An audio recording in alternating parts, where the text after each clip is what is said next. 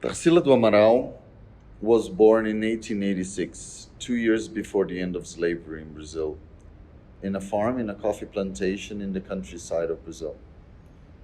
Tarsila lived a life of big contrasts because she came from a very wealthy and educated family.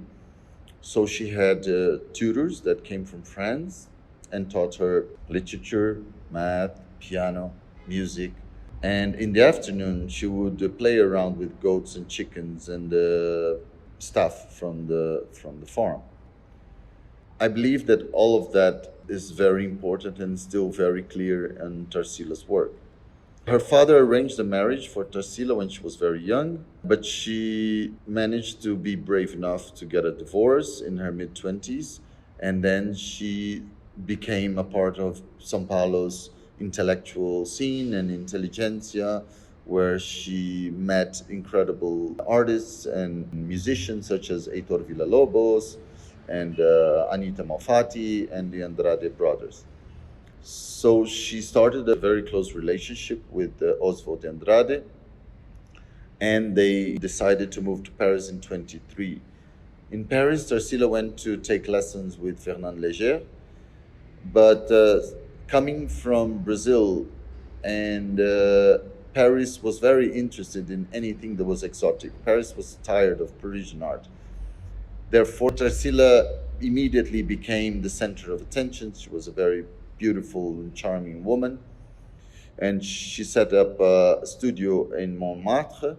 Quickly realized that she had to look back to her roots and her origins and the deep history of Brazil in order to actually mix that with the post-Cubism practice that was trendy at the time. And that's when she found her own identity and her own voice. She became very close to Blaise Cendrars during this time in Paris.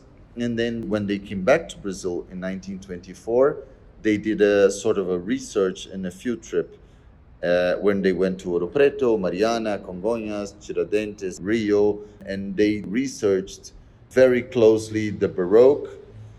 And then Tarsila mentions very clearly that when they stayed in the small posadas, which are small bed and breakfast hotels, she would discover these colors, the pink and the blue.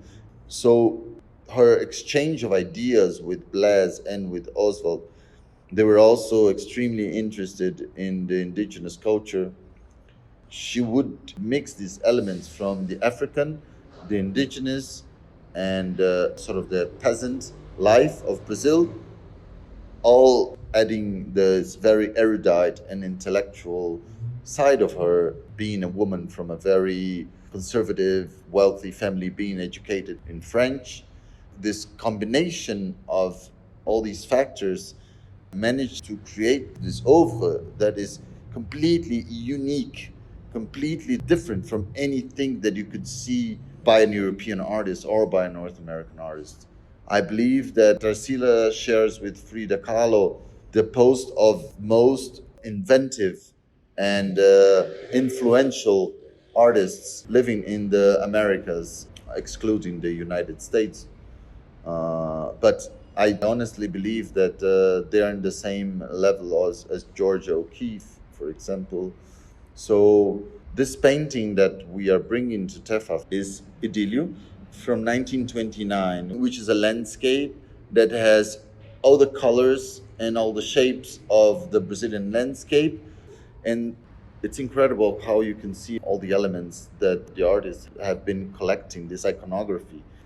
These round rocks that you see on top of the lake are rocks that you see in the countryside of Sao Paulo that sort of grow from the land, and the palm trees and the cactus. So all these vegetation and the small house with the roof made of local clay.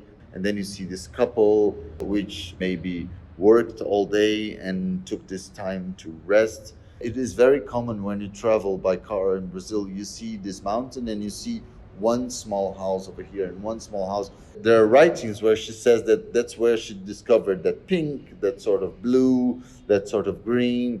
Tarsila found a way to connect the post-cubist ideas that she learned in Paris with the colors and the themes and the fauna and the flora of her own native country.